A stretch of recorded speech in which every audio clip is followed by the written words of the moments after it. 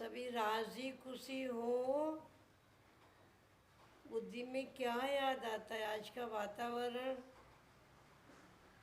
प्रकृति का प्रहार, कुदरत की कहर या शिव बाबा की याद? क्या याद है? क्योंकि आप सभी अनुभव करते होंगे कि दिनों दिन माहौल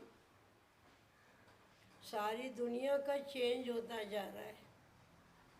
कहाँ देखो तो वर्ल्ड वार की स्टार्टिंग हो रही है, कहीं सिविल वार, कहीं भूस्खलन, कहीं भूकंप, कहीं लड़ाई झगड़े।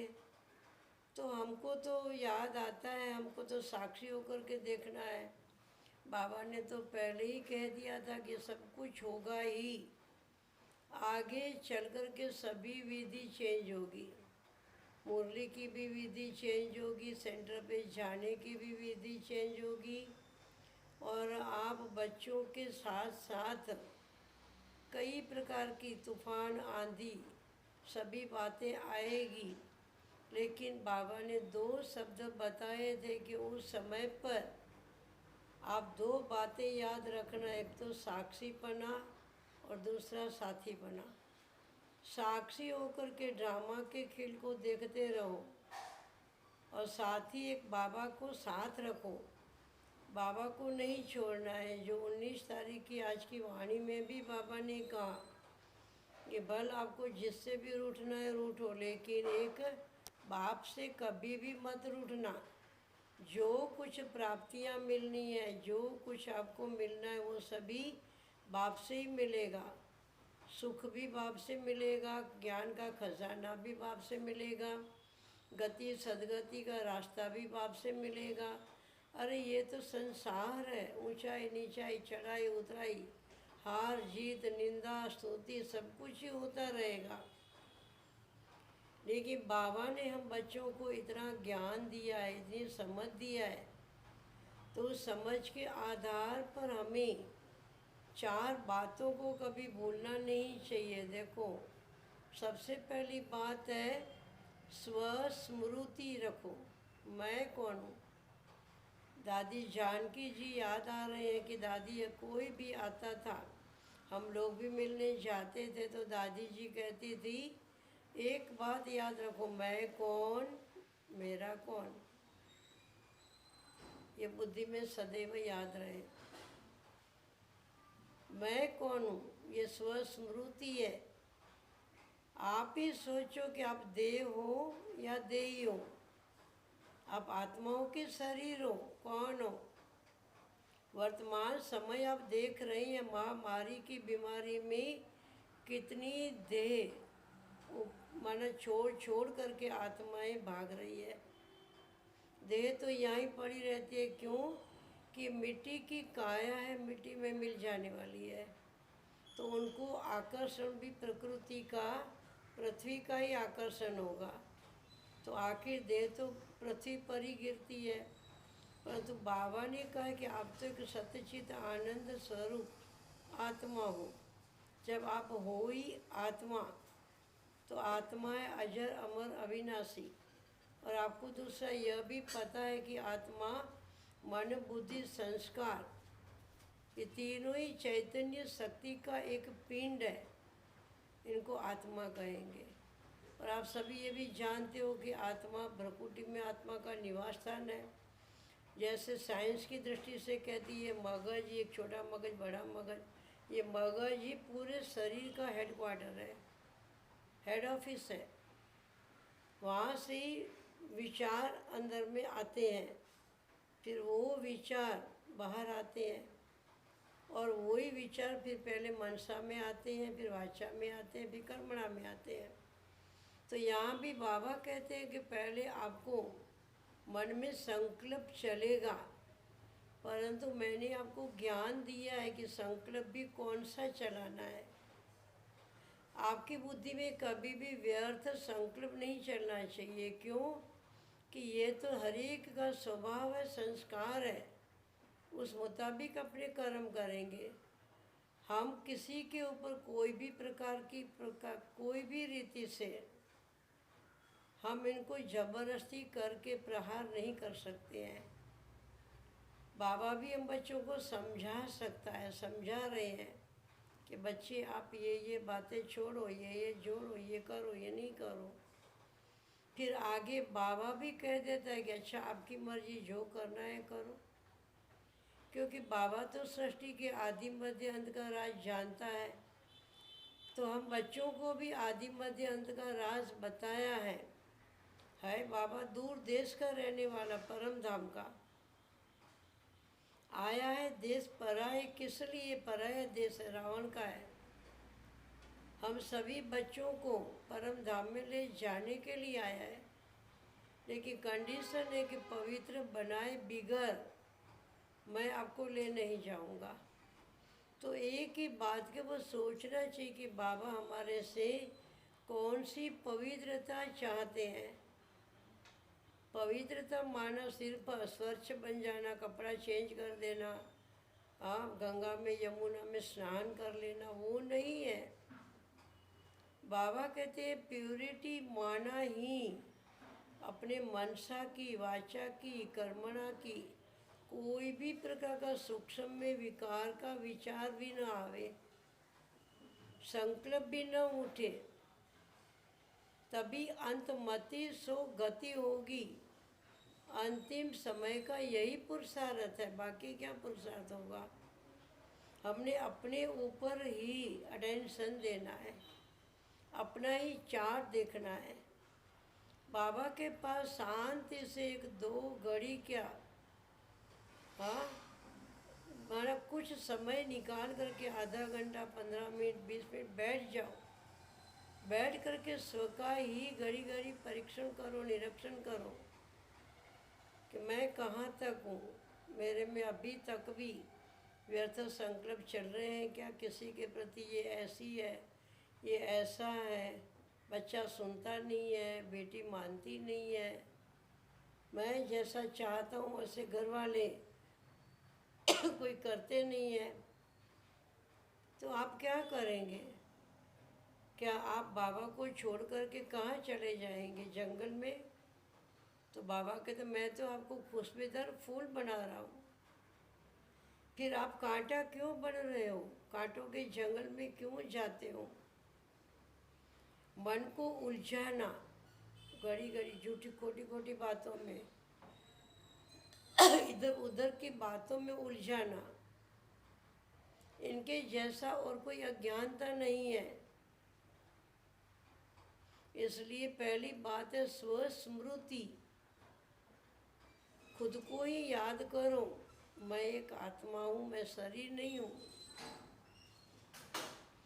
सभी को पता है ये देह विनाशी है, और सभी को लोकल ज्ञान भी है कि जब आए थे तभी कुछ भी नहीं लेके आए थे, और जाएंगे तभी कुछ भी नहीं लेके जाएंगे। सभी यहाँ का यहाँ ही रहने वाला है। इसलिए कहते थे कि जब आए तब तो मुट्ठी बंद थी, और जाएंगे तब तो सिकंदर जैसा बादशाह ने भी कह दिया कि मैं जब शरीर छोड़ूं और मेरी अर्थी को उठाऊं, मेरे दोनों ही हाथ बाहर रखना, ताकि लोगों को ये पता चले कि सिकंदर जैसा बादशाह भी कुछ लेके नहीं गया। और बाबा भी कहते हैं कि जो कुछ आपको सफल करना है अभी समय है, वरना किसकी दबी रही धूल में, किसकी राजा का है, किसकी चोल उड़ जाए, किसकी आग जलाए। सफल होगी उनकी जो बाबा के अर्थ लगाए, शिव बाबा के अर्थ लगाए। यहाँ से ही सोचो कि भगवान का आदेश हमको क्या मिला है। हमारे अंतिम समय का पुरुषार्थ के लिए मम्मा तो हमेशा कहती थी कि आपकी हर घड़ी को अंतिम घड़ी समझो, और बाबा भी कहते हैं कि मैं जानता हूँ कि आपकी स्थिति में कितनी पावर है, आपकी स्मृति में क्या है। तो एक तो स्मृति को याद रखो, और दूसरा स्थिति में पावर बढ़ाओ, लाइट माइट बढ़ाओ, स्थिति में पावर बढ़ाओ। आपकी स्थिति में इतनी रूहानी पावर हो जो जिस्मानी के कैसे भी पेपर आवे, परिस्थितियों के कैसे भी पेपर आए, लेकिन आप विजय को प्राप्त करो। आप वहाँ मूंझ नहीं जाओ। अभी तो लॉकडाउन हो गया है, क्या होगा, धंधा कैसे चलेगा, कोई रास्ता नहीं मिलता है, बाहर जाओ तो बीमारी आती है, अंदर बैठो तो घुटन होती है। इन सारी बातों से बाबा कहते हैं आप शांति में रहो, खुशी में रहो। मैंने सब कुछ खजाना तो दे दिया है। जो आत्मा के साथ चलने वाला खजाना है, श्रेष्ठ संकल्पों का, वो तो बाबा ने दिया है। उनमें ही आप रात दिन उनकी लगन में, उनकी तात में रहो, एक ही लगन में रहो, तभी अंत मति सो गति होगी। लास्ट का पुरुषार्थ हमारा यही होगा कि स्वस्थिति आपकी ऐसी बनी रहे। जानकी दादी को देखो, कई साइंटिस्ट लोगों ने चेक किया उनके माइंड को, तो उस समय पर भी कितनी बार चेक किया तो एक ही एक बात आई कि स्टेबल माइंड है। तो यहाँ हमारा भी बाबा के देखते स्वस्थिति को याद रखो, स्वस्मृति को याद रखो। और तीसरी बात है स्वधर्म। हमारा स्वधर्म क्या है? धर्म ये नहीं कि धर्म माना हम हिंदू है, मुसलमान है, ईसाई है, सिख है, वो तो दैहिक धर्म है। हमारी आत्मा का धर्म तो है शांति। हमारा आत्मा का धर्म है सुख, खुशी, आनंद, ईश्वरीय प्यार। ये हमारा सच्चा धर्म है। तो यही सोचो कि हमारा स्वधर्म सदैव आत्मा में अथवा मन बुद्धि में हमेशा खुशी के, अतीन्द्रिय सुख के संस्कार होने चाहिए। बल लोग कितना भी पीड़ा देवे, जो भी बड़े होकर के गए, इनको बहुत दुख देने के लिए दुनिया वालों ने कोई कमी नहीं की है। ब्रह्मा बाबा को भी कितना सहन करना पड़ा। मम्मा भी आगे ऐसे नहीं बढ़ी है, दादियाँ भी ऐसे नहीं बढ़े हैं, वरिष्ठ जो भ्राता है वो भी ऐसे नहीं बढ़े हैं। जिसको महान बनना है, महान कर्तव्य करना है, इनको सभी को सहन तो करना ही पड़ता है। कोई ये नहीं कह सकता मैं क्यों सहन करूं, वो सहन करे ना, उसको बोलो ने, मैं क्यों करूं। नहीं, हमें ही करना है, क्योंकि हमें ही आगे बढ़ना है, तो हमें ही सहन करना होगा। तो इसलिए हमारे स्वधर्म के साथ साथ स्वकर्म को भी याद करो कि हमारे कर्म कैसे होने चाहिए। दुनिया की तरह लौकिक जो उठते हैं, बस उठने में उनका रोज का एक ही कर्म होगा।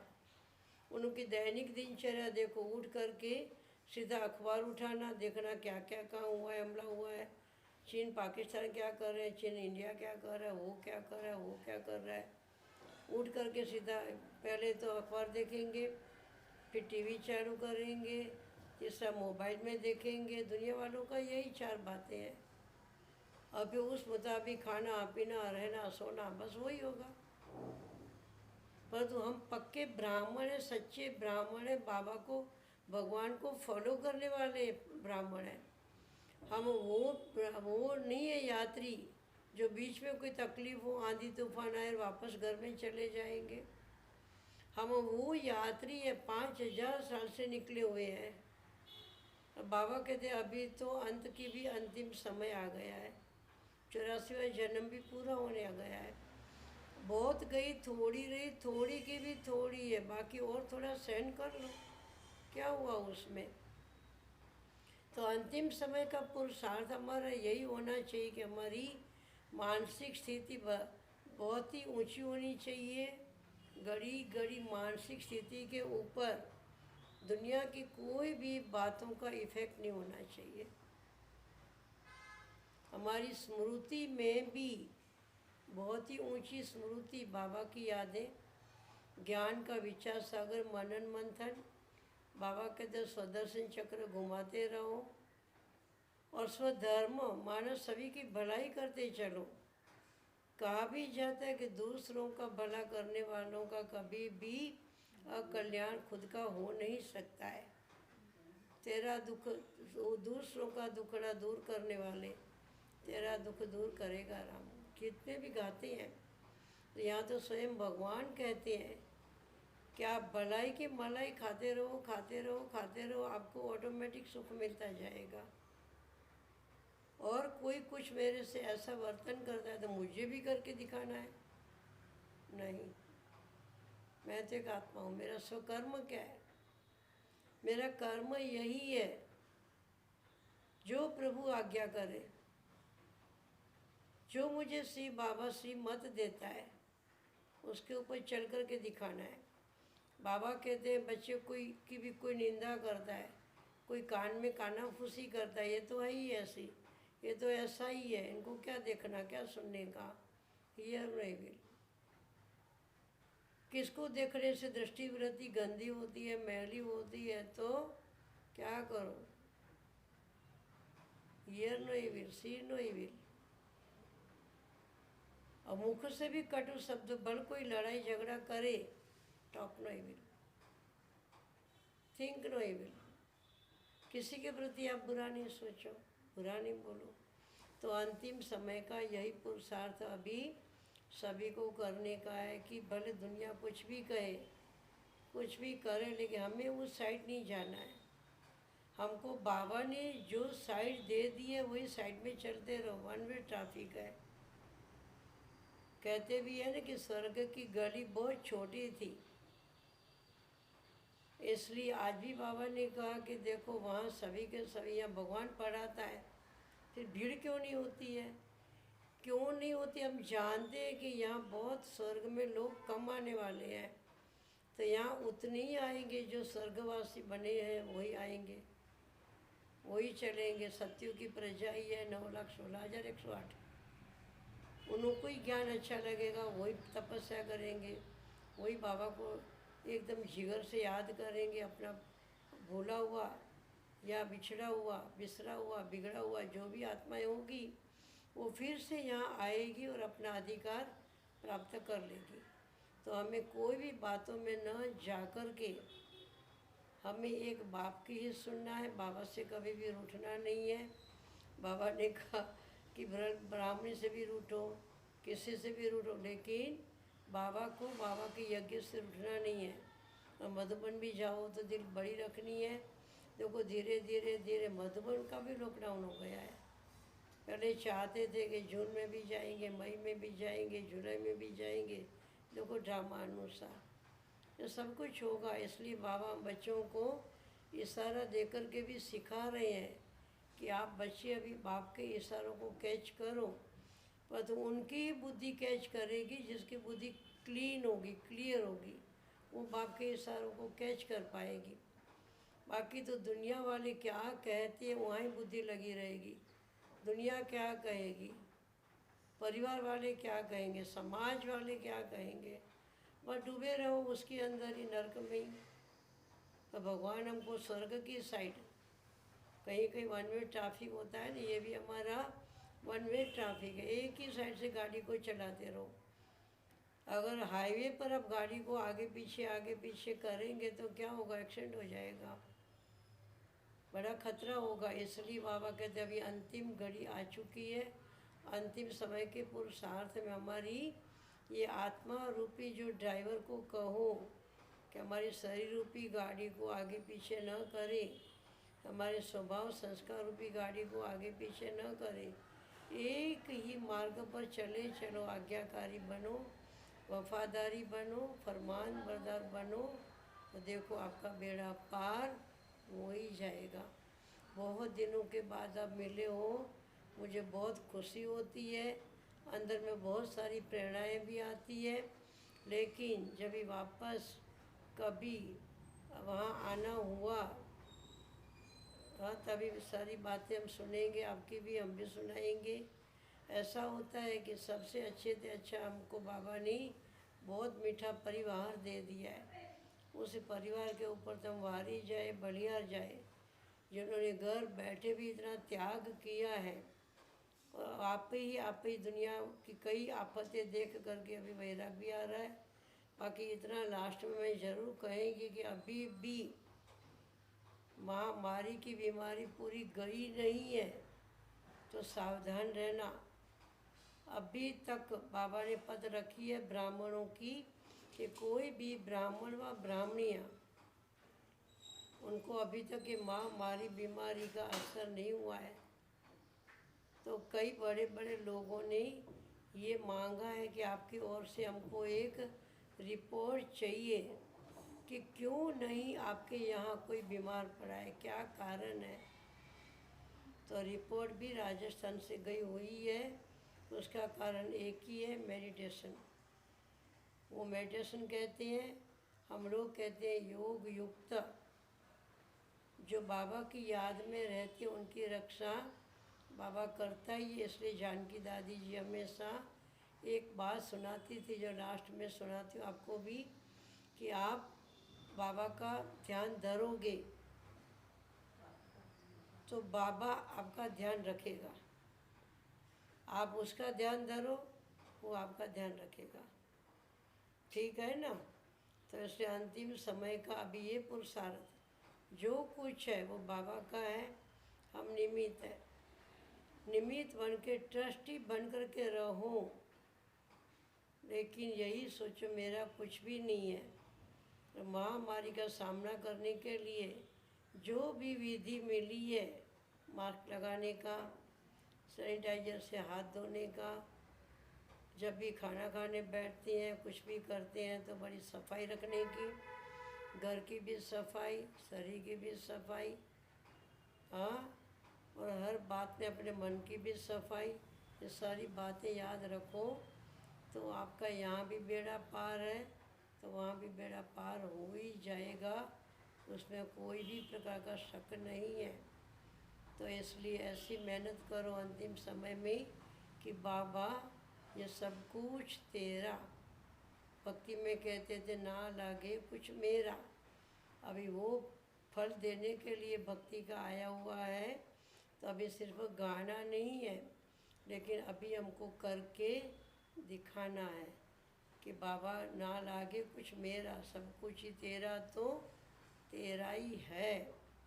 ऐसा ही समझ करके भले आप घर बार संभालो, पुत्र परिवार को संभालो, धंधा दौरी संभालो, आपका जो कुछ व्यवहार है वो भी संभालो, लेकिन संभालते हुए भी अपने आप को आत्मा समझ करके अपने आप को उपराम रखो, डिटेच रहो।